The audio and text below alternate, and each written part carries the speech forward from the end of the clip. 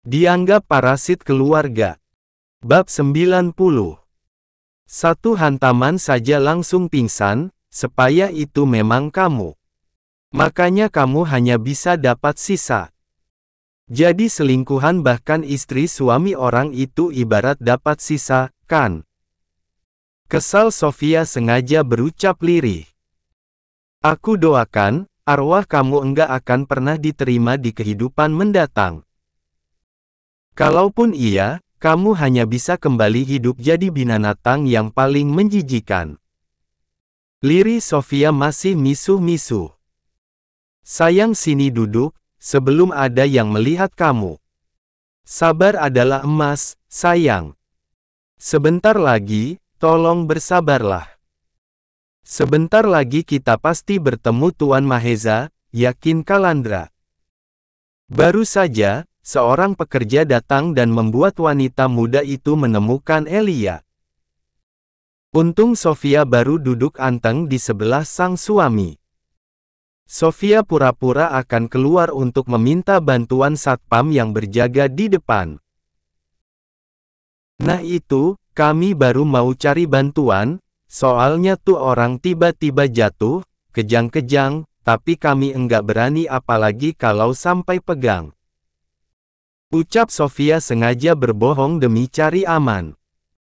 Si wanita tadi buru-buru mengangguk kemudian undur dengan dalih akan mencari bantuan. Detik itu juga Sofia melirik Kalandra dan mereka menjadi bertatapan karena di waktu yang sama, Kalandra juga menatapnya. Tak ada yang patut dicurigai karena selain tidak ada CCTV, di sana juga tidak ada saksi. Walaupun Kalandra melihatnya, tak mungkin pria itu jujur karena selain sangat mencintai sekaligus mendukung Sofia, Kalandra juga sudah sangat kesal kepada Elia. Seorang wanita dan seorang pria datang di boyong wanita tadi. Ketiganya langsung bekerja sama mengamankan Elia, membawanya masuk ke dalam. Sedangkan yang dilakukan Sofia dan Kalandra, keduanya kompak pura-pura memantau dari jarak lebih dekat. 2 jam menunggu, Tuan Mahesa tak kunjung datang bahkan sekadar memberi kabar. Baik Kalandra apalagi Sofia menjadi makin tidak sabar. Kita lacak sinyal HP Resti, dan kita langsung cari. Usul Kalandra. Sofia yang duduk di sebelah Kalandra, mengangguk-angguk setuju. Iya, Mas. Gitu saja. Lacak sambil tunggu Tuan Mahesa datang, Mas. Sofia menjadi merasa memiliki harapan. Harapan untuk menemukan Resti bagaimanapun keadaan sahabatnya itu. Namun jika boleh meminta, Sofia berharap Resti akan baik-baik saja apalagi kedua anak wanita yang pernah berjasa untuknya itu masih balita. Setelah dilakukan penelusuran, Kalandra menemukan sinyal HP Resti ada di sekitar puncak. Jarak tempuh ke sana bisa memakan waktu sekitar 2-3 jam. Kita pergi dari sini, kita buat janji saja. Kita langsung ke kantor polisi buat laporan orang hilang dan kasih semua bukti, lirih Kalandra apalagi hilangnya Resti sudah bisa dibuat untuk laporan. Sofia langsung setuju, tentu saja. Semua rencana Kalandra langsung mereka lakukan. Melaporkannya ke polisi dengan bukti-bukti yang mereka miliki. Kemudian bersama 2 orang polisi, keduanya menuju lokasi sinyal HP Resti terdeteksi dan polisi duga ada di sekitar jurang sekitar puncak. Sudah mau malam, hujan juga, lirih Kalandra yang masih mengemudi dengan hati-hati mengikuti 2 orang polisi yang memakai mobil. Ia melirik Sofia yang sedari keluar dari kantor polisi menjadi makin murung. Sayang. Lirih Kalandra. Sofia yang memakai jaket Kalandra walau ia sudah memakai sweter, menatap Kalandra sambil berlinang air mata. Aku lagi kirim doa, Mas. Soalnya aku yakin, Mbak Resti sudah enggak ada. Itu jurang, Mas. Wanita jatuh dari jurang, bisa apa? Hati Sofia hancur sehancur-hancurnya. Tak bisa ia bayangkan jika dirinya ada di posisi Resti. Sudah dikhianati, dibunuh, dan harus berpisah untuk selama-lamanya dengan kedua buah hatinya yang masih balita. Kasusku masih untung, David orang biasa dan bukti-buktinya mencolok. Nah, Mbak Resti. Dia ngelawan orang berada, Mas. Tadi saja, rumah Tuan Maheza mirip rumah warga 1 RT. Rumah Tuan Maheza 1000 kali lipat lebih bagus dari rumah Mas yang sudah wah di mataku maupun orang rumah. Sofia menatap serius Kalandra.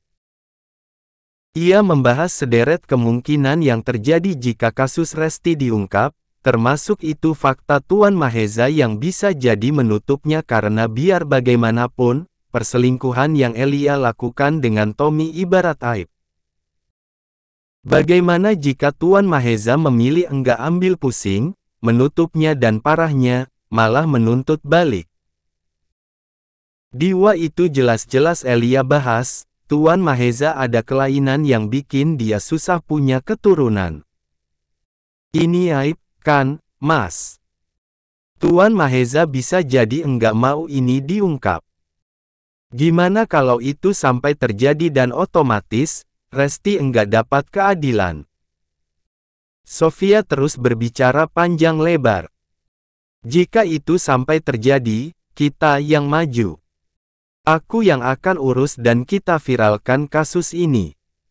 Yakin Kalandra yang kemudian menggenggam tangan kanan Sofia.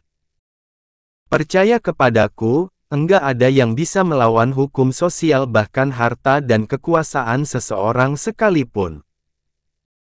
Kamu wajib yakin, jangan pesimis apalagi pasrah apalagi menyerah dulu.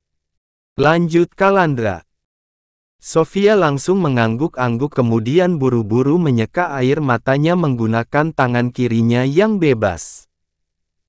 Iya, Mas maaf. Maaf, ya ampun kenapa aku enggak kepikiran ke situ, ya. Ucapnya yang kemudian mengingatkan Kalandra untuk lebih fokus mengemudi apalagi di depan mereka banyak mobil yang terparkir di pinggir jalan bahkan seolah ada keramaian yang akan menghambat perjalanan mereka. Ini sudah dekat banget, Yang. Lokasinya, Mas. Apa mereka juga lagi cari, ya, Mas? Bentar deh, Mas, coba kita cari juga. Ini kebetulan, apa mereka lagi cari korban lain? Masa, itu ada kantong jenazah digotong dari bawah sana kayaknya memang abis diambil dari bawah. Sofia heboh membuat Kalandra yang menyikapi dengan tenang walau pria itu juga tak kalah penasaran dari sang istri, berangsur menepikan mobilnya. Kalandra menepikan mobilnya di depan mobil paling depan. Ia langsung memutari mobil bagian depan dan bermaksud membukakan pintu mobil untuk sang istri, tapi Sofia sudah lebih dulu melakukannya. Namun tentu saja mengingat hujan di sana masih berlangsung bahkan makin deras, Kalandra sengaja membopong Sofia ketika wanita itu turun dari mobil. Kalandra melakukannya lantaran takut istrinya yang tengah hamil muda, sampai jatuh. Tentunya, ia langsung mengambil payung di bagasi untuk memayungi mereka. Sofia tidak mengenali suara bahkan pemiliknya. Namun wanita sangat cantik selaku pemilik suara itu langsung meraung-raung memeluknya. Ternyata itu cinta istri pertama Tuan Maheza. Kenyataan itu Sofia dan Kalandra ketahui karena Tuan Maheza ada di sana. Lebih kebetulannya, Cinta dan Tuan Maheza sedang melakukan pencarian kepada Resti. Sofia yang masih dipeluk Cinta, tercengang menatap Kalandra. Tak semata karena ternyata pencarian besar-besaran itu untuk Resti. Namun, Ini mengenai cinta yang sampai kenal Sofia dan tak segan memeluknya, meronta-ronta mengeluhkan nasib Chico dan cinta yang Sofia ketahui sebagai nama dari kedua anak Resti. Sofia jadi curiga, arwah Resti yang membuat cinta mengenalinya kemudian meronta-ronta mengeluhkan beban hidup Resti kepadanya. Setelah akhirnya cinta direngkuh sekaligus ditenangkan oleh Tuan Mahesa, Sofia sengaja menggenggam tangan kanan Kalandra menggunakan kedua tangannya. Ia membuat jemari mereka mengisi ruas satu sama lain. Mas, arwah Mbak Resti nempel ke tubuh cinta kayaknya. Mas percaya gitu, kan?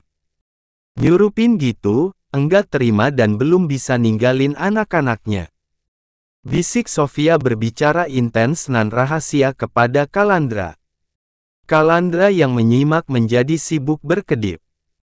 Sofia yakin Kalandra tidak begitu yakin atau malah tidak percaya. Mas enggak percaya ke aku kalau hal semacam itu ada. Di sekitar rumah Mamak masih banyak yang sering ketempelan atau kesurupan, Mas. Yakin Sofia masih berbisik-bisik.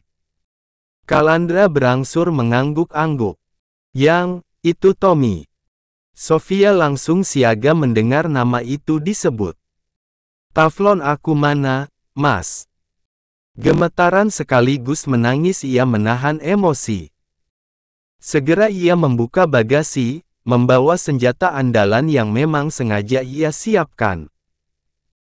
Mata terjaga Sofia segera mengawasi situasi hingga akhirnya wanita itu menemukan Tommy.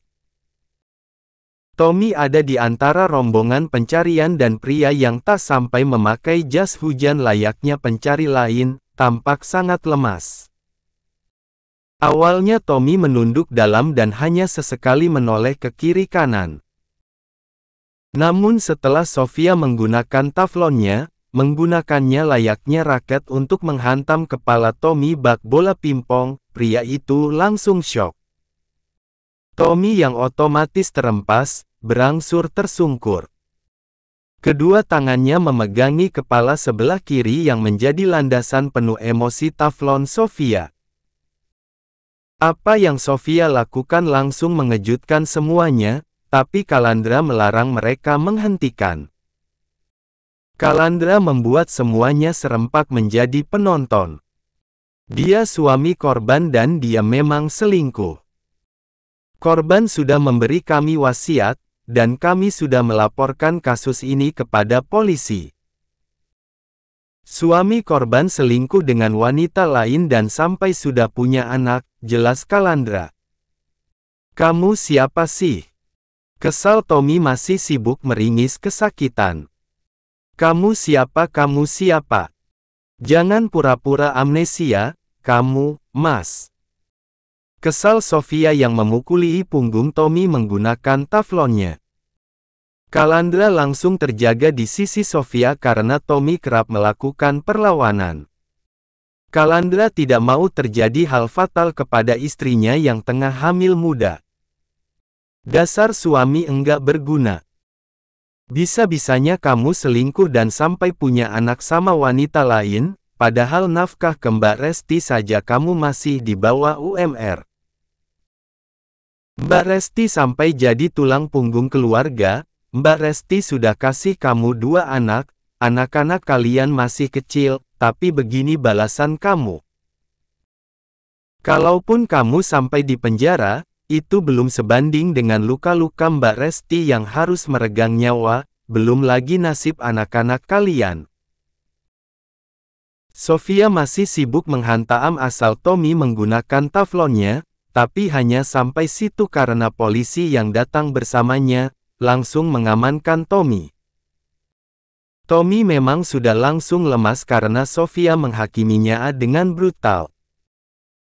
Namun, Sofia belum puas apalagi di kantong jenazah yang sampai membuat seorang cinta jatuh pingsan, wajah Resti tampak sangat segar, terpejam damai dan tak mau dibangunkan. Mbak, bangun. Anak-anak Mbak sudah nunggu. Lirih Sofia dan suaranya tertahan di tenggorokan.